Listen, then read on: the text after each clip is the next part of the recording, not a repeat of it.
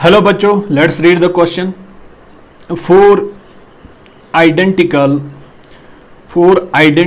long solenoids A, B, C and D.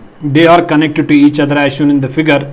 If the magnetic field at the center of A is 3 Tesla, the field at the center of C would be. Assume that the magnetic field is confined within the volume of the respective solenoid. Okay, हमारे पास एक question दिया गया है जिसमें हमसे कहा जा रहा है कि magnetic field centre of solenoid पे जो है 3 टेस्ला है। आपने बताना है कि what will be the magnetic field at the centre of the C solenoid. Okay, तो बात करते हैं इस पे। सबसे पहले इसका की कॉन्सेप्ट देखते हैं, वो क्या बनेगा।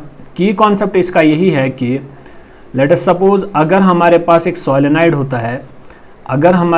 सोलेनाइड होता है और हम यहाँ पे मान के चलते हैं कि जो मैग्नेटिक फील्ड है that is confined within the volume of the solenoid. तो ये हमारा सोलेनाइड एक है जिसके through current let us suppose I जा रही है, तो जिसके पास number of turns let us suppose n है। इस सोलेनाइड के पास नंबर ऑफ टर्न्स n है। ये मेरा एक जनरल गिवन सोलेनाइड है। तो हम क्या कहेंगे यहाँ पे, what will be the magnetic flux density at the center of the solenoid? Magnetic flux density at the center of the solenoid will be equal to n times mu naught I. तो जो इनकी यहाँ पे जो symbols हैं where the symbols have the respective meanings। तो अगर B की बात की जाए, B क्या होता है, B होता है magnetic flux density। जहाँ तक n की बात है, n क्या होता है, n is the number of turns in the solenoid. Solenoid के पास कितने टर्न्स होते हैं, number of turns in the solenoid.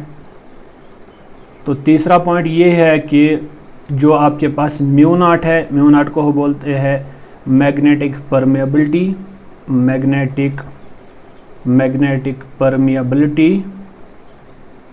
इसको हम बोलते हैं मैग्नेटिक परमिएबिलिटी। और ये कांस्टेंट एक होता है, इसको हम मैग्नेटिक कांस्टेंट भी बोलते हैं। Okay, I is the current flowing through the solenoid, current through the solenoid.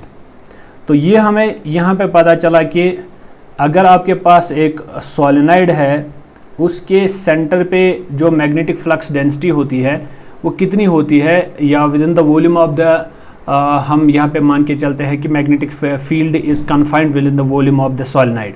तो इसके सेंटर पे जो मैग्नेटिक फील्ड होता है that is n times mu naught I। We need to use this key concept in order to solve this question. चलिए बात करते हैं इस क्वेश्चन के थ्रू, इस क्वेश्चन को सॉल्व करते हैं। अब सबसे पहले हम ये चीज़ देखेंगे कि इस क्वेश्चन में गिवन क्या है।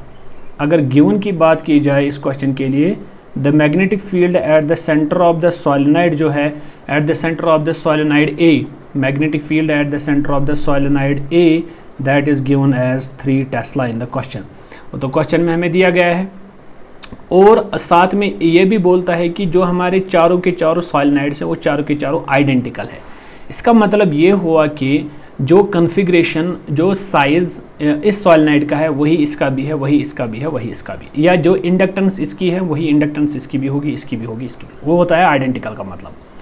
तो अब हम देखेंगे कि अगर यहाँ से करंट आई जा रही है, अगर ये तीनों सोलेनाइड्स आइडेंटिकल है, इसका मतलब इसके थ्रू I/3 जाएगी, इसके थ्रू करंट I/3 जाएगी, इसके थ्रू भी करंट I/3 जाएगी, इसके थ्रू भी करंट I/3 जाएगी according to Kirchhoff's current law. According to KCL जो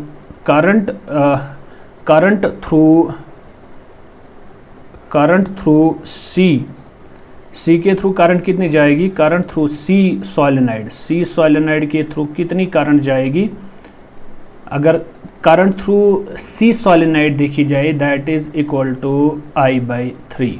ओके, तो नाउ अब हम बात करते हैं कि मैग्नेटिक फील्ड जो हमें पता चला कि with in the centre of magnetic field at the centre of the solenoid होता है बराबर n टाइम्स म्यू नॉट, और उसके थ्रू कितनी करंट जाए। क्या हम यहाँ पे लिख सकते हैं कि magnetic field is directly proportional to current flowing through the solenoid.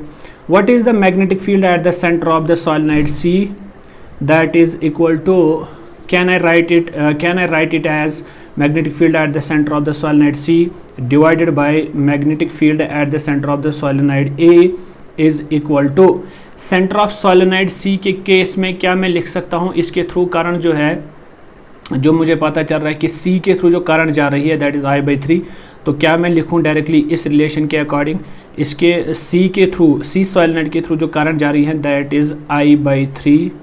What is the current flowing through the centre of the solenoid A, that is I, उसको मैं यहाँ पे लिख सकता हूँ।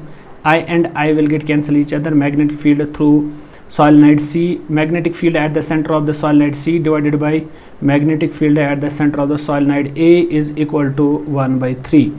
Now magnetic field at the center of the solenoid C will be equal to magnetic field at the center of the solenoid A divided by 3. As we know, A magnetic field at the center of the solenoid A जो होता है वो हमें given है 3 Tesla, इसको divide करेंगे 3 से, 3 and 3 cancel. Therefore the magnetic field at the center of the solenoid C will be equal to 1 Tesla. Hope you got the answer of this question. Thank you.